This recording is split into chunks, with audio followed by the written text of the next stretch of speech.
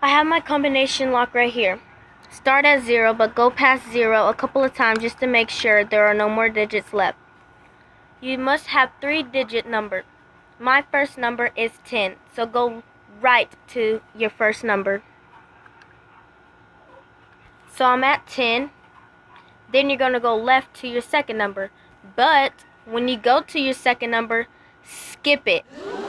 So let's try it. Just going to go past it. So I'm at 28. Then you're going to go to your last number, which is 34. So you're going to go left to 34, and it should open. And that's how you open a combination lock.